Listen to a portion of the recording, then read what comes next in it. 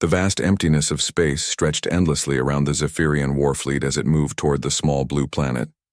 Admiral Kethmore stood tall on the bridge of his massive flagship, the Divine Conquest. His purple uniform gleamed under the soft lights, and his four eyes studied the holographic display floating before him. The target world appeared as a tiny sphere of blue and green, spinning slowly in the darkness. "Tell me about this planet again," Kethmore said to his aide, a younger officer named Sub-Commander Vextel.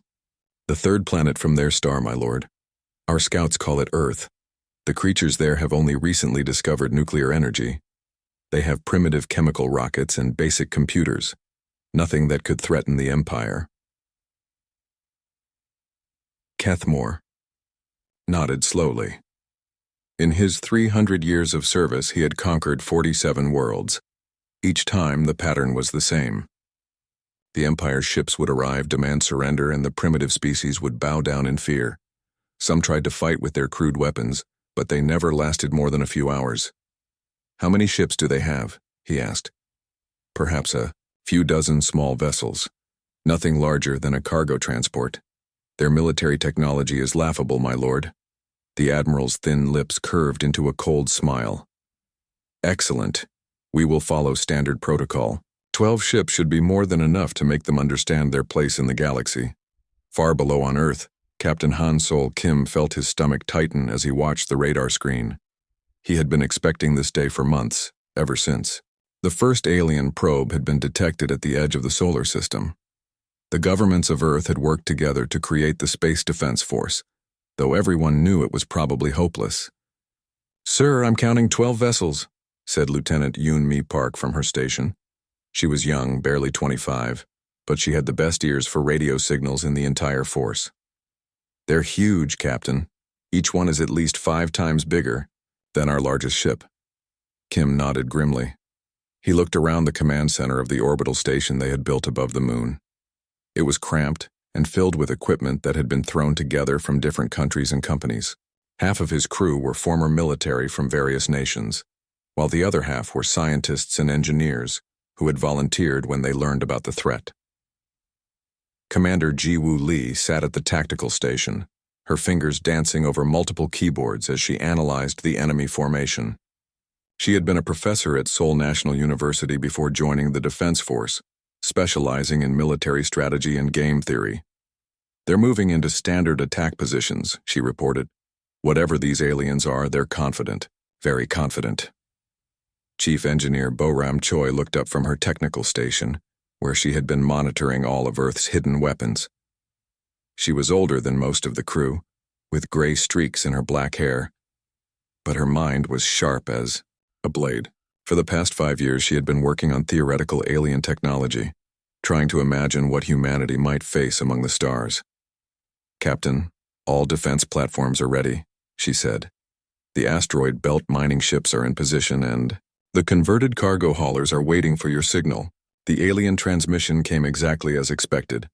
The voice was cold and mechanical, speaking perfect English through some kind of translation device. "People of Earth, you will surrender immediately. Your species will serve the Zephyrian Galactic Empire. You will provide workers for our factories and soldiers for our armies. Resistance is pointless. You have 1 hour to respond with your complete surrender, or we will destroy your cities and take what we need by force." The communication channel went silent. Kim looked around at his crew, seeing fear in some faces, determination in others. These people had given up comfortable lives on Earth to prepare for this moment.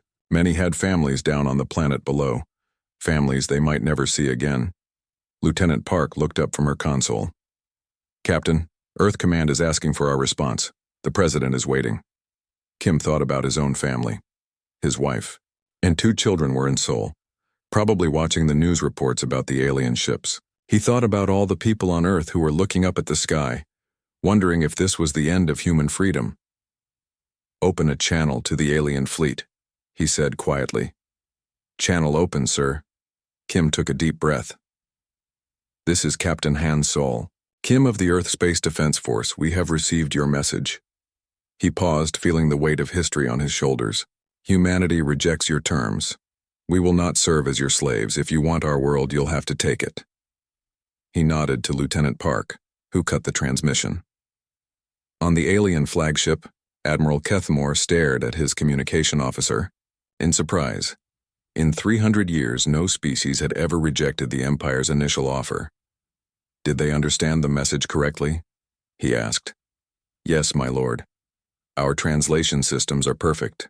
Kethmore felt a strange emotion he hadn't experienced in decades. These primitive creatures had actually said no to the mighty Zephyrian Empire. How amusing.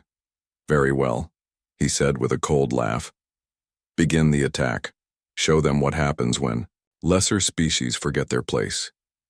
But as the first shots were fired, neither the Admiral nor Captain Kim could imagine how this battle would change the galaxy forever. The first shots lit up the darkness near the moon like deadly fireworks. Admiral Kethmore watched from his flagship as his purple warships moved into attack formation. He expected the human ships to run away or try to hide behind their small moon. Instead, something completely unexpected happened. Sir, the human vessels are charging directly at us, reported his weapons officer, confusion clear in his voice. Kethmore leaned forward in his command chair. What? That makes no sense. They must know they cannot win. The Earthships looked nothing like proper warships. Some were old cargo haulers with weapons welded to their sides. Others were mining vessels with missile tubes stuck on wherever they would fit. A few were actual military ships, but they were tiny compared to the Zephyrian cruisers. Commander Jiwoo Lee sat in the human command center, watching dozens of screens at once. Her brain worked like a computer, calculating angles and timing, while she coordinated the entire human fleet. Group Alpha, begin your attack run on the lead cruiser, she said into her microphone. Remember, aim for their weapon systems first. Group Beta, prepare for close combat.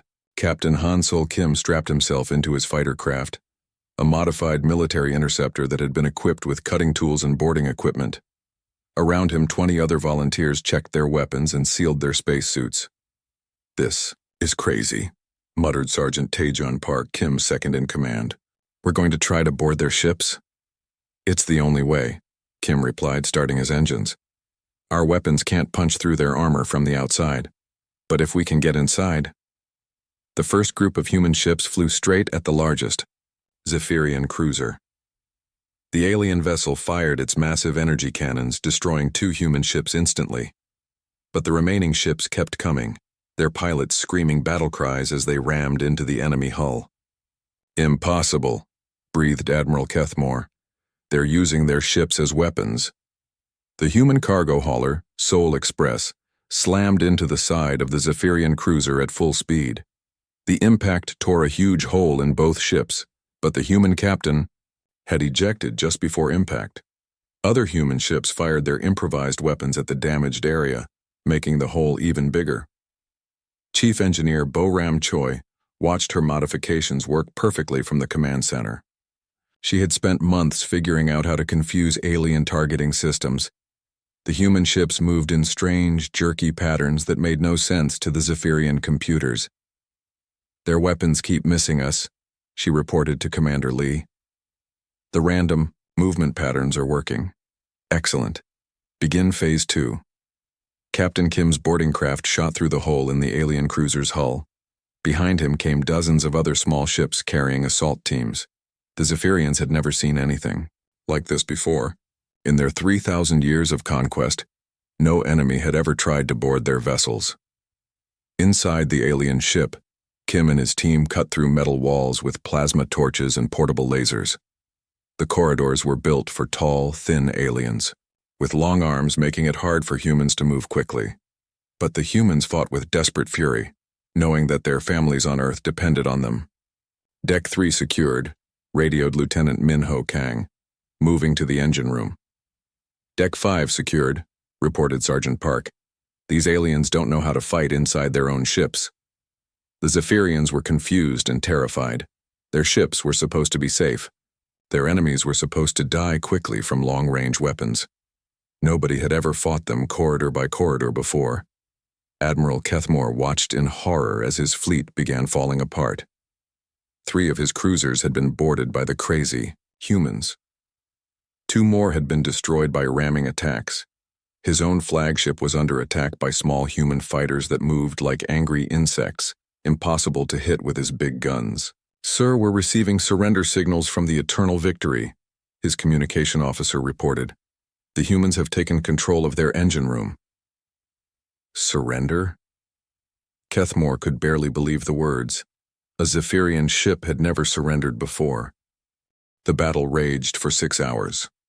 Human ships exploded in bright flashes, but for every human vessel destroyed, they seemed to damage or capture a Zephyrian ship. The aliens had superior technology, but the humans fought like demons. Engineer Choi's most clever invention was saved for last. She had hidden small bombs inside fake cargo containers, making them look like helpless supply ships.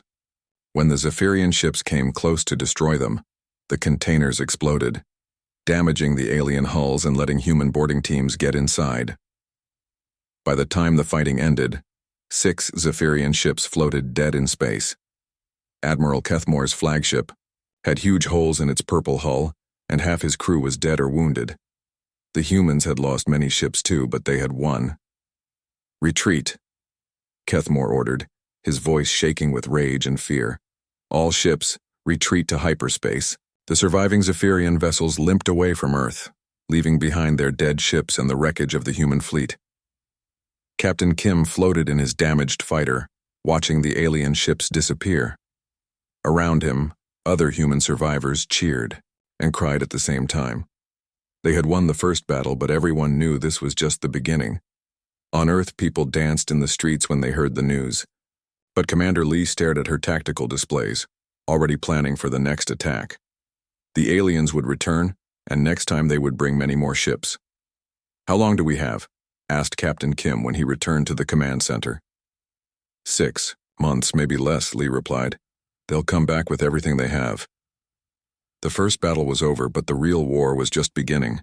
Supreme Admiral Vorthak had never seen so many warships gathered in one place. 300 purple vessels filled the space around his massive dreadnought, the Eternal Dominion.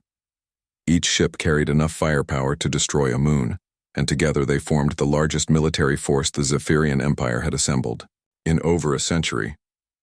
"This will end the human problem once and for all," he told his war council.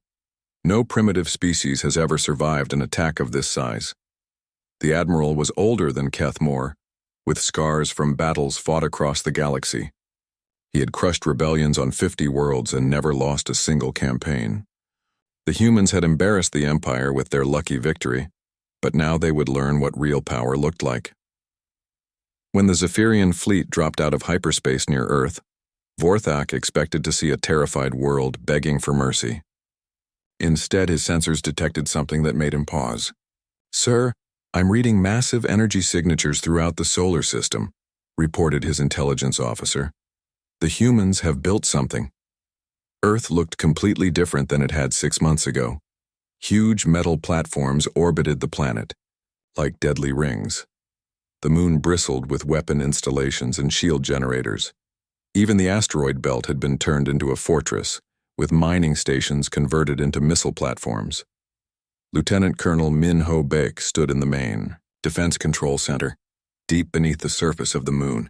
Around him, hundreds of technicians monitored screens showing every human weapon in the solar system. He had spent the last 6 months working without sleep, turning Earth's solar system into the biggest trap in the galaxy. "All platforms report." "Ready?" announced his aide. "We have 2,000 missile launchers, 500 laser batteries, and 100 shield generators online." "Good," Beck replied, watching the alien fleet on his main screen. "Let them come." Major Yoonji Song commanded the outer defenses from Ceres, the largest asteroid in the belt. Her base had once been a simple mining station, but now it was armed, with railguns that could throw metal slugs at incredible speeds. Around her, 50 other asteroid bases prepared for battle. "Remember," she told her gunners over the radio, "wait for them to get close. Our weapons work best at short range."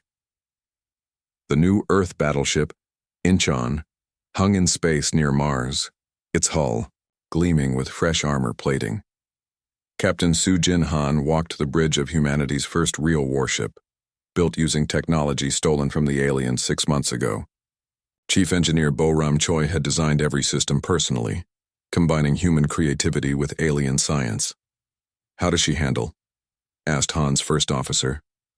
"Like a dream," Han replied, running her hand along the smooth control panel.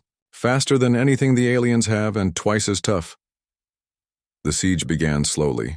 Supreme Admiral Vorthak sent his ships forward in waves, expecting the human defenses to crumble under the massive assault.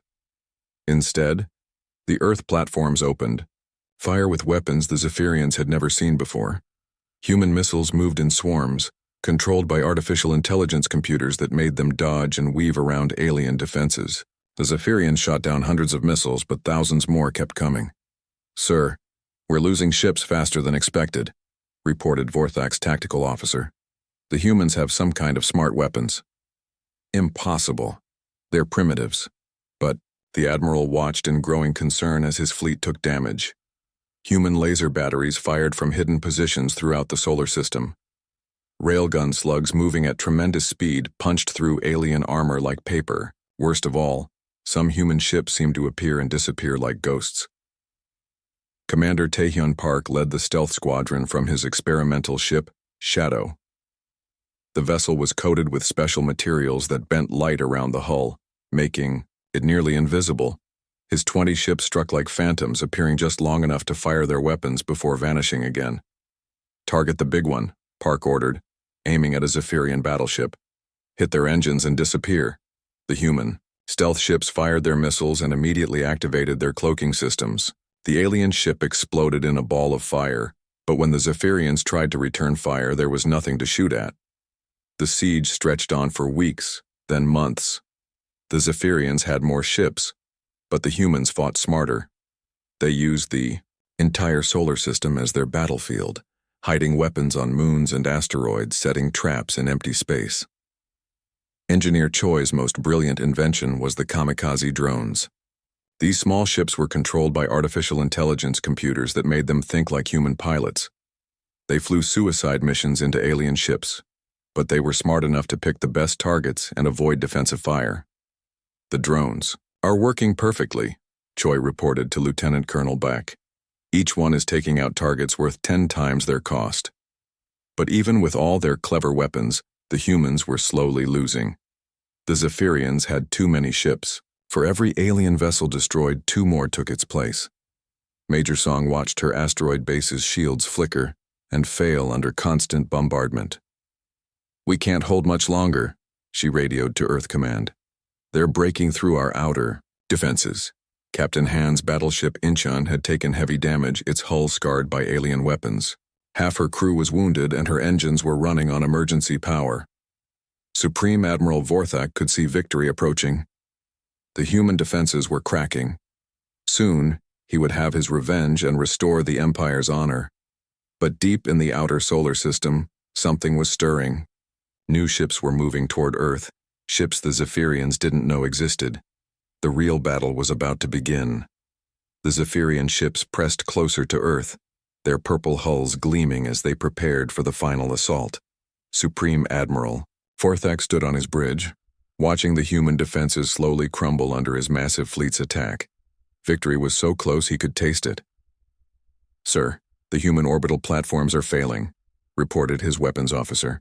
"Their moon base has gone silent. We should have complete control within hours." Vorthak smiled coldly.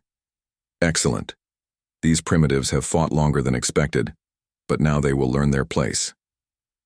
But something was wrong.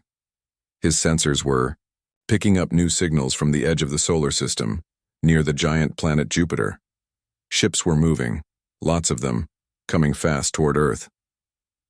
"Sir, I'm detecting a large fleet approaching from the outer system," his tactical officer announced, confusion in his voice. "Over 500 vessels." "Impossible," Vorthak snapped. "We destroyed all their ships months ago."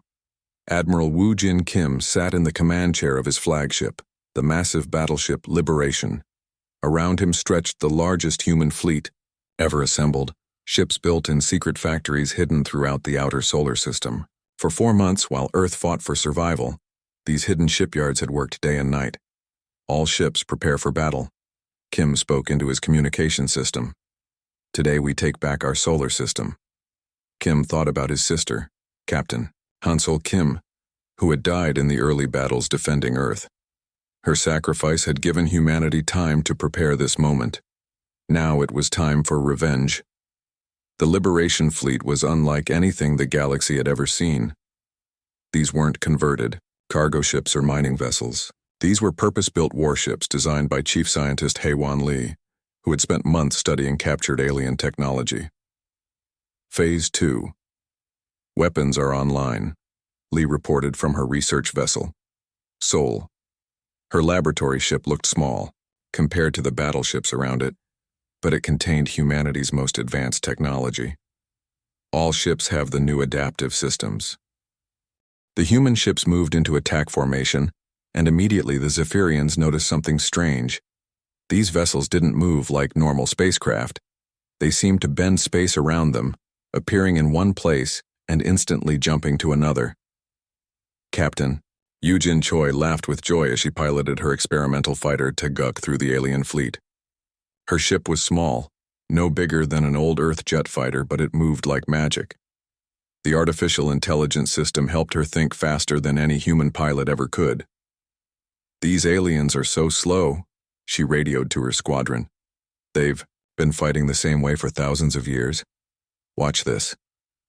Her fighter suddenly appeared right next to a huge Zephyrian cruiser, fired a single shot that went straight through their shields, then vanished before they could return fire. The alien ship exploded, its crew never understanding what had hit them.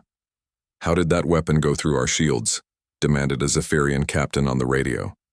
Supreme Admiral Vorthak was asking the same question. His ships were dying, destroyed by weapons that shouldn't exist. Human missiles were passing through Zephyrian shields like they weren't there. Human ships were moving faster than physics should allow. "Sir, their weapons seem to phase in and out of normal space," his science officer reported, fear clear in his voice.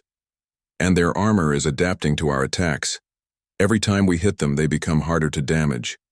The human ships displayed technology that violated everything the Zephyrians thought they knew about science. Human battleships could take direct hits from alien superweapons, then their armor would change, becoming immune to that type of attack. Chief Scientist Lee watched her creations work perfectly from her research ship. "The adaptive armor is learning from every hit," she reported to Admiral Kim. "And the phase weapons are ignoring their shields completely." "How is this possible?" Lee's assistant asked. "6 months ago, we barely had spaceflight." Lee smiled grimly. "Because we do something these aliens have forgotten how to do. We improve. We adapt. We never stop learning." The battle turned into a massacre, but this time the aliens were losing.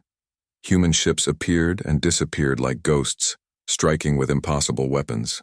The Zephyrian fleet, which had seemed unstoppable just hours before, began falling apart. Captain Min-Soo Park commanded a human destroyer that could split into 5 smaller ships, then recombine at will.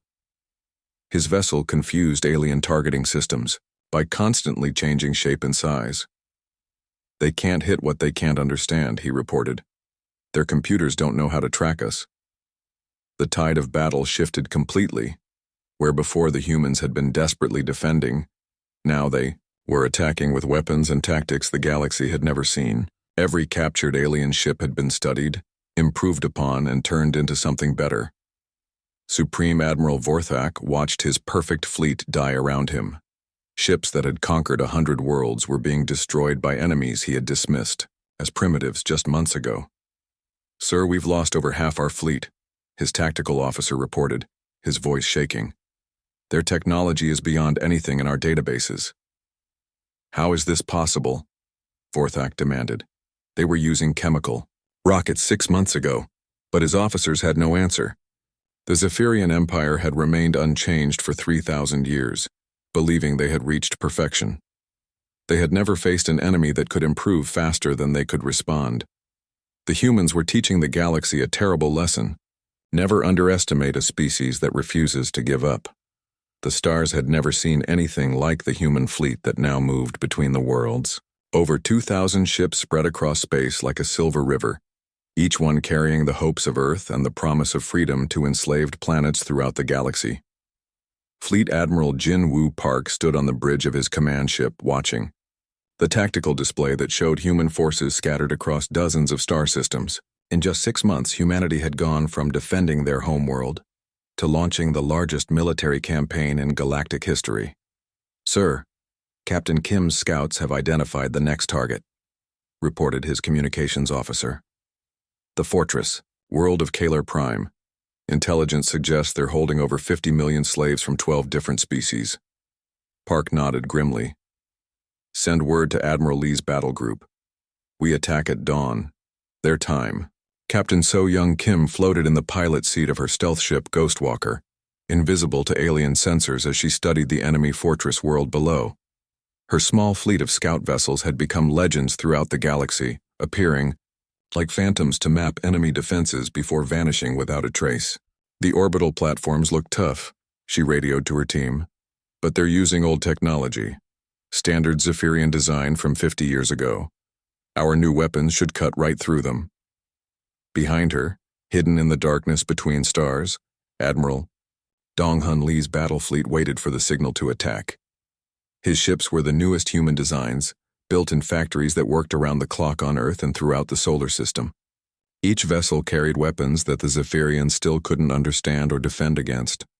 The attack on Kalar Prime lasted only 3 hours. Human ships appeared out of nowhere, their phase weapons cutting through enemy shields like they didn't exist. The Zephyrian defenders fought bravely, but they were using tactics and technology that hadn't changed in centuries. "Fortress shield generator destroyed," reported Captain Hyun-Soo Bayek from his destroyer. "Beginning surface bombardment of military. Targets only. Civilian areas are clear." When the smoke cleared, something amazing happened. The enslaved aliens on the planet's surface looked up at the sky and saw human ships, not Zephyrian ones. For the first time in generations, they were free. "This is Fleet Admiral Park of the Human Liberation Force," came the broadcast to the planet below. "You are no longer slaves. You are free to choose your own destiny." The response was immediate. Millions of voices from dozens of different species cheered and cried with joy. Some had been slaves for their entire lives and had never imagined freedom was possible. Similar scenes played out across the galaxy as human forces struck at one Zephyrian stronghold after another. The Empire's 3,000-year reign of terror was coming to an end, one liberated world at a time. Emperor Kethmor the Eternal sat on his crystal throne in the palace of Zephyr Prime, watching reports of defeat pour in from across his empire. He was ancient even by Zephyrian standards, having ruled for 8 centuries without ever facing a serious challenge to his power. "How many worlds have we lost?" he asked his trembling advisor. 147, your eternity. The humans are moving faster than we can respond. Our commanders don't know how to fight their new technology." The Emperor's 4 eyes burned with rage and fear. "These creatures were using chemical rockets just 1 year ago. How is this possible?" But his advisor had no answer. The humans had done something the Zephyrian Empire thought was impossible. They had improved faster than anyone believed possible, turning from primitives into the most advanced military force in the galaxy in less than 12 months. On distant worlds, enslaved species heard the news of human victories and began to rise up against their Zephyrian masters. The Grollan people on Vex Prime destroyed their slave collars and seized control of their factories. The insect-like Zix on Hive World Omega overwhelmed their guards and declared independence. "The slaves are rebelling everywhere," reported the Emperor's military commander. "They've heard about the humans and think they can win their freedom too." The final battle came when the human fleet arrived at Zephyr Prime itself, the capital, world of the Empire. Fleet Admiral Park's massive dreadnought Republic led over 300 warships into orbit around the beautiful but deadly planet. Captain Yun Seo Han commanded the flagship's weapon systems as they pointed their guns. At the planet below, the Zephyrian homeworld was protected by the most powerful defenses in the galaxy, but human technology had advanced beyond anything the Empire could imagine. "Emperor Kethmor," Han transmitted to the planet below, "this is the human liberation fleet. Your empire is finished. Surrender now and your people will be treated with mercy. Continue to fight, and we will remove you from power by force." The Emperor stared at the communication screen, seeing the face of a young human woman who held the power to destroy his world. Around his palace, the greatest military minds of the Empire waited for his decision. For 800 years, he had never compromised, never shown weakness, never admitted defeat. But now, faced with the impossible achievements of these former primitives, he realized his perfect empire was already dead. "I surrender," he said quietly, the words feeling strange in his mouth. The news spread across the galaxy like wildfire. The Zephyrian Empire, which had ruled the stars for 3 millennia, had fallen to a species that had only recently learned to travel between worlds. In its place, something new began to grow. A confederation of free worlds united not by force but by choice, with Earth as the unlikely heart of a new galactic civilization based on freedom rather than slavery. The age of human dominance had begun, not through conquest, but through liberation.